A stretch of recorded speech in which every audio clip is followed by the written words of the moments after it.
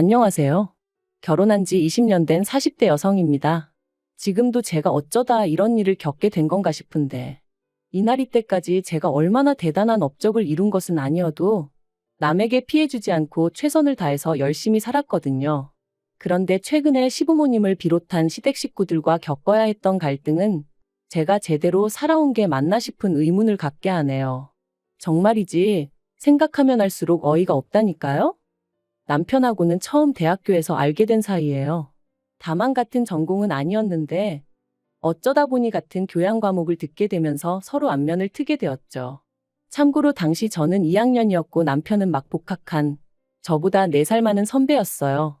그래서 저는 남편이 남자로 보이고 안 보이고를 떠나 그냥 너무 불편했는데 남편은 아니었답니다.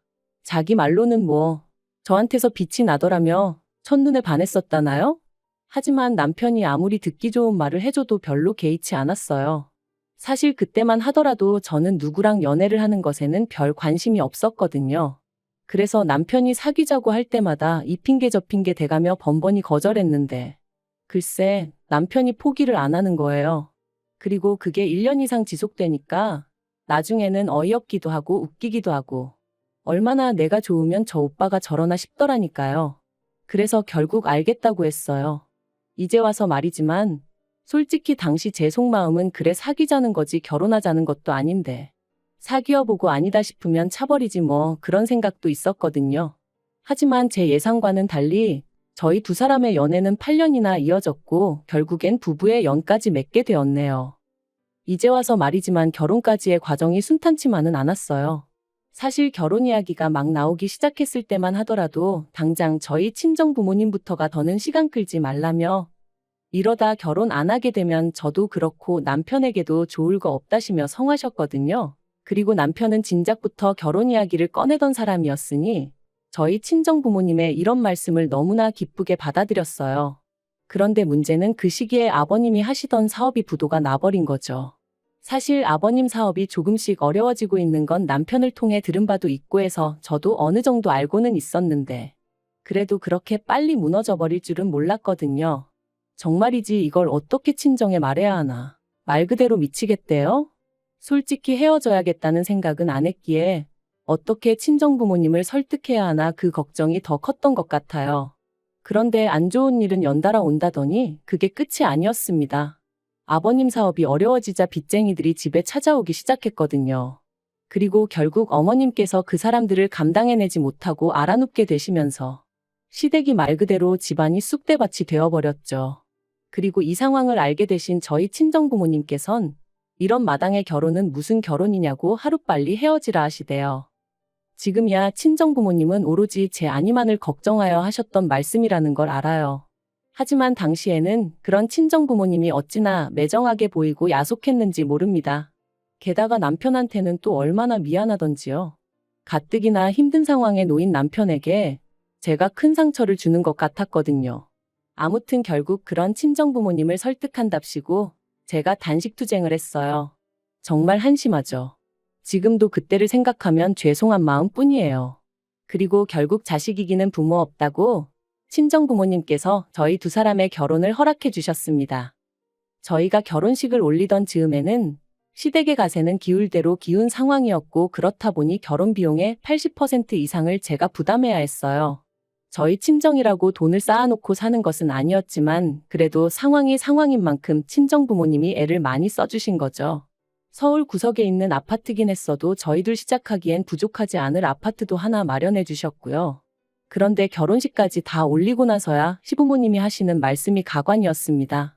저희만 잘해놓고 살면 그만이냐며 친정에서 그 정도로 해줄 여유가 있으면 저라도 나서서 시부모님이 어렵게 생활하고 계시니 그쪽도 좀 마음을 써주시면 안 되겠냐 하고 한번 물어보지 그랬냐셨거든요.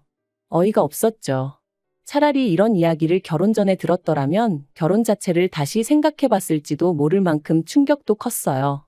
결혼 전에 제가 몇 번 배웠던 시부모님은 이런 분들이 아니셨는데 돈이 뭐길래 사람을 이렇게 바꿔놓나 싶기도 했고 정말이지 별의별 생각이 다 들더라니까요. 그런데 그때 남편이 상식적으로 그게 말이 되냐? 왜 이렇게 뻔뻔하게 나오시냐며 시부모님한테 큰 소리로 따지고 들대요. 사실 저희 남편이 워낙 순한 사람인지라 어려서부터 시부모님한테 제대로 한번 대들어본 적도 없댔는데 그런 모습을 보니 그 와중에 믿고 살아도 되겠다는 생각이 들더라고요. 아무튼 이후로도 이따금씩 시부모님과의 부딪히는 일이 있긴 했지만 그거야 어느 집에서나 있을 수 있는 일이다 생각하고 넘겼어요. 웬만하면 가슴에 쌓아두지 않고 살려고 했고 아니다 싶은 건 확실히 짚고 넘어가기도 했고요. 그리고 그렇게 지내다 보니까 어느 순간부턴 시부모님도 더는 억지 쓰는 일이 없으셨고 저도 어느 정도는 제 입장을 내세울 수 있는 그 정도의 사이가 되대요. 그러다 저희가 결혼한 지 6년 차가 되던 무렵이었습니다. 제가 육아 때문에 쉬다가 복직한 지 얼마 되지 않았을 때기도 했고요. 좀처럼 동네 분들하고 어울리는 일이 없으셨던 어머님이셨는데 하루는 당신도 꽃 구경이 가고 싶으시다며 동네 분들과 나들이를 다녀오시겠다는 거예요. 그래서 저는 잘 생각하셨다고 다녀오시라 했지요. 그런데 며칠 뒤 평소처럼 직장에서 일을 하고 있는데 어머님이 크게 넘어지셨다는 연락을 받았습니다. 놀라서 한달음에 병원으로 쫓아가니 끙끙 앓고 계신 어머님이 누워 계시대요. 어쩌다 넘어지셨냐니까 다른 사람들 걸음이 어찌나 빠르던지 그거 쫓아가다가 넘어지셨다는데 얼마나 속상했는지 몰라요. 그리고 의사가 하는 말이 원래도 관절이 안 좋으셨던 것 같다면서 이참에 수술을 받으시는 게 좋겠다더군요. 어머님도 수술만 받으면 날아다닐 듯 걸어다닐 수 있을 거라 생각하신 건지 받고 싶어 하시는 눈치셨고요. 그래서 제가 신우들에게 상의차 연락을 했는데 신우 둘 다 하는 말이 보험도 없는 양반, 무슨 돈으로 수술을 시키냐입니다. 그러면서 노인네가 무슨 나들이는 나들이냐고 그걸 가라고 부추긴 제가 문제라는 식으로 몰아가는데 어이가 없었죠. 자기들은 어머님 모시고 어디 한번 가지도 않았으면서 제가 다 화가 나더라니까요. 그래서 돈 문제면 신경 쓰지 말라고 했어요. 사실 제가 저희 친정부모님 보험 들면서 시부모님 것도 들어놓고 있었거든요. 보험비야 그거 얼마 되지도 않았고 말한다고 신우들이 줄 것 같지도 않아서 그냥 제가 내고 있었고요. 한편 관절 수술을 받으신 이후로 어머님은 계단을 오르내리기를 무척 꺼려 하셨어요. 사시는 곳이 엘리베이터가 없는 빌라다 보니 외출을 하시려면 계단은 피할 수가 없었는데 말이죠. 병원에서도 재활을 위해서라도 계단으로 다니시는 게 좋다고 했지만 적응되기까지는 어쨌든 시간이 필요하기도 했고 그리고 그런 어머님도 어머님이지만 남편이 그런 어머님이 안쓰러워 안절부절 못하는 걸 보니까 제 마음이 너무 안 좋더라고요. 그래서 제가 결단을 내렸습니다. 그건 바로 시부모님을 아파트로 이사를 시켜드리는 일이었죠. 사실 시집 올 때 결혼 미천을 친정부모님이 대주시기도 했지만 그런 와중에 여자도 비상금으로 얼마는 들고 있어야 한다며 친정어머니가 따로 챙겨주신 돈이 있었어요. 그래서 그걸로 제가 주식을 좀 했는데 거기서 생각보다 수익이 좀 났었거든요.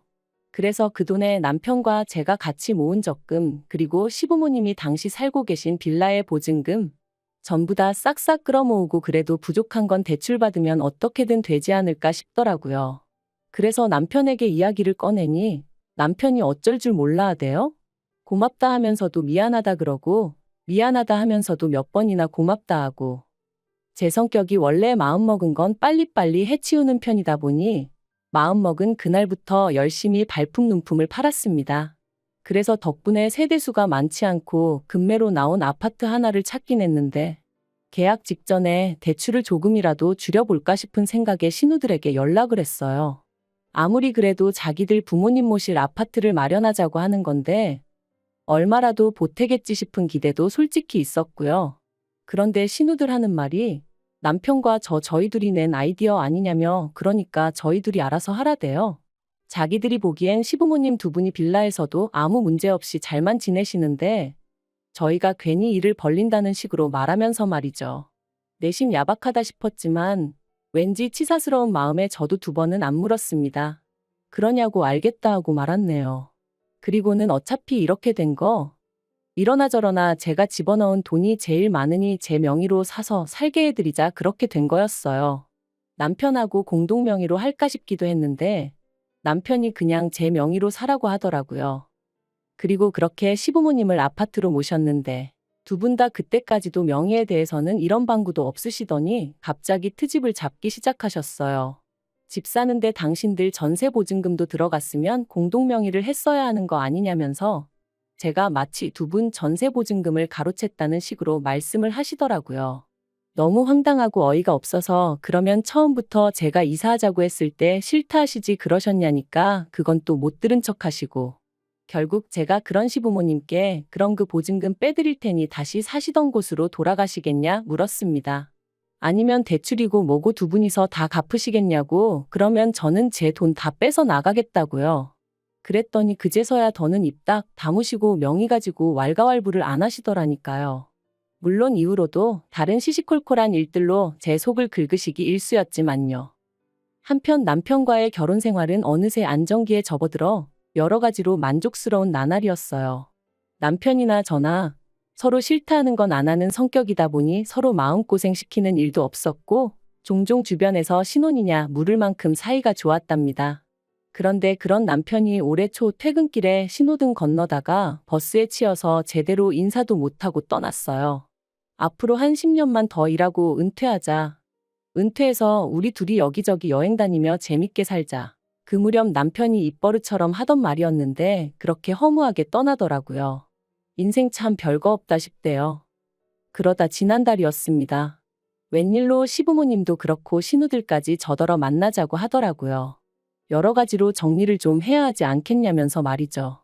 그리고 그때 직감적으로 돈 이야기를 하려는 건가 싶더라고요. 남편 생전에 시부모님 생활비 대부분을 저희가 담당했었거든요.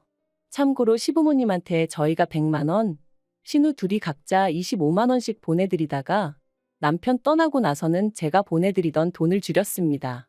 맞벌이에서 당장 외벌이가 된 것도 있었고 어쨌든 산 사람은 살아야 된다고 저도 저지만 미술 전공이던 딸의 수업료를 생각하면 어쩔 수 없는 선택이었죠. 그래서 50만 원만 보내드린다 말씀드렸고 아버님 어머님 두 분 다 수화기 너머로 목소리가 좋진 않으셨지만 알아서 하라고 하시대요. 그리고 솔직히 그 당시 저에게는 두 분 기분을 헤아려 드릴 만한 여력이 없기도 했고요. 아무튼 그렇게 약속 당일 시댁에 다 같이 모였는데 큰 신우가 먼저 저에게 할 이야기가 있다고 하더니 생각지도 못한 아파트 명의 이야기를 꺼냈습니다.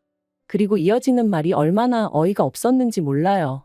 한다는 소리가 아들 잃은 부모 마음이 오죽하겠냐 하더니 아버님 어머님 두 분 다 너무나 외롭고 헛헛해 하신다면서 이참에 두 분 살고 계신 제 아파트 명의를 두 분 명의로 바꿔드리면 안 되겠냐는 거예요. 그러면 하다못해 아들이 당신들한테 집이라도 해주고 떠났다 뭐 이런 위로를 받으실 수 있지 않겠냐면서 말이죠. 그리고 저는 그런 말도 안 되는 소리를 듣고만 있을 수는 없더라고요. 그래서 제가 비록 대출을 남편하고 같이 갚긴 했지만 그래도 제 명의인 아파트인데 명의를 바꿔드린다고 아버님 어머님이 위로를 받으신다니 뭔가 좀 말이 안 되는 것 같다고 싫다고 했네요. 그랬더니 그렇게 안 해주면 제가 언제든 두 분을 내쫓을 수도 있는 거 아니냐며 시부모님이 불안해서 어떻게 사시겠냐고 뭔가 믿고 의지할 만한 그런 게 있어야 할 거 아니냐대요. 그리고는 한다는 말이 걱정 말라며 시부모님 돌아가시고 나면 그 아파트는 다시 저에게 오게 해주겠다는데 솔직히 그 말을 어떻게 믿나요? 막말로 제 손 떠나고 나면 끝이잖아요. 그래서 그래도 싫다. 왜 일을 복잡하게 만들어야 하냐 하고는 거절했습니다.